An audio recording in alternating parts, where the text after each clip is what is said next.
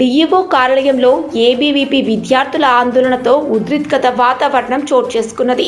DEO కార్యాలయం ప్రధాన gate ఎదుట పోలీసులు భారీ బందోబస్తు ఏర్పాటు చేయగా పోలీసుల కళ్లుగప్పి పక్కనే ఉన్న వరంగల్ డిఈఓ కార్యాలయం గోడ దూకి హన్మకొండ డిఈఓ కార్యాలయంలోనికి దూసుకొచ్చారు ఏబీవీపీ విద్యార్థి నేతలు.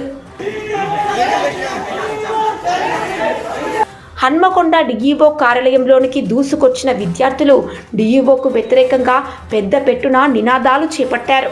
పోలీసులు తేరుకొని విద్యార్థి నేతలను బయటకు తీసుకొని పోతున్న క్రమంలో తోపులాట చోటు చేసుకున్నది. ఈ క్రమంలో ఓ పోలీస్ అధికారి కింద పడిపోగా చేతికి కాళ్లకు గాయాలయ్యాయి.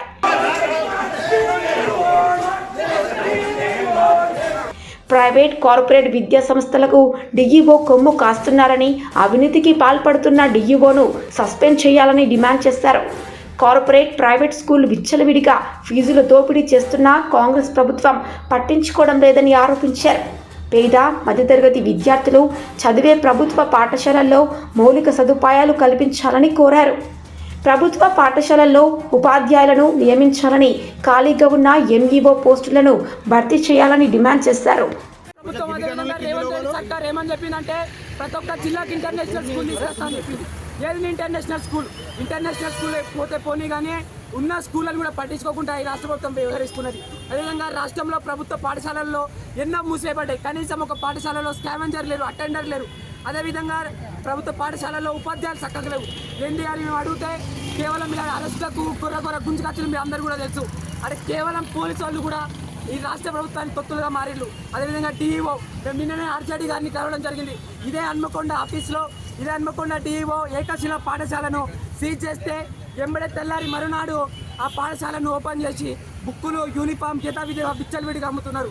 అదేంటి అని డిఓ గారిని ఫోన్ చేసి అడిగితే నేనే అమ్ముకోమని చెప్పిన అని ఉంటుండు. ఈ డిఓ హన్మకొండ డిఓ ఎట్లున్నాడంటే కేవలం ఆయన తీసుకునే లంచంతోనే ఇక్కడ ఉన్న హన్మకొండ సిటీలో ఉన్న అన్ని పాఠశాలల్లో మంచిగా వాళ్ళు వాడుకునే బాత్రూమ్లు కట్టియచ్చు. లక్షల ఫీజులు వసూలు చేస్తున్నాడు ఈ హన్మకొండ డిఓ ఎంఈఓ. మేము అడిగితే నేనే అమ్ముకోమని చెప్పిన అంటూ మాటలు మారుస్తున్నాడు డిఓ. నా దగ్గర వీడియో ప్రూఫ్ ఉన్నాయి, అదేవిధంగా ఆడియోతో సహా ఉన్నాయి. కేవలం ఈ రాష్ట్రంలో అదేవిధంగా 25,000కు పైగా ఉపాధ్యాయుల ఖాళీలు పోస్టులు భర్తీగా ఉన్నాయి. వెంటనే భర్తీ చేయాలి. అదేవిధంగా ఈ రాష్ట్రంలో ఈ రేవంత్ రెడ్డి సర్కార్కు వ్యతిరేకంగా ఏబీవీపీ ఫైట్ చేస్తున్నది. అదేవిధంగా దీనికోసం పోలీసులు వత్తాసు పలుకుతున్నారు. కేవలం వత్తాసు పలుకుతూ ఈ రాష్ట్రంలో వెంటనే ఈ సమస్య పరిష్కరించకపోతే నీ డిఓ ఆఫీసులు అయితే నీ ఎమ్మెల్యే ఆఫీసులో నీ మంత్రుల ఆఫీసు ముట్టడిస్తామని ఏబీవీపీ డిమాండ్ చేస్తుంది.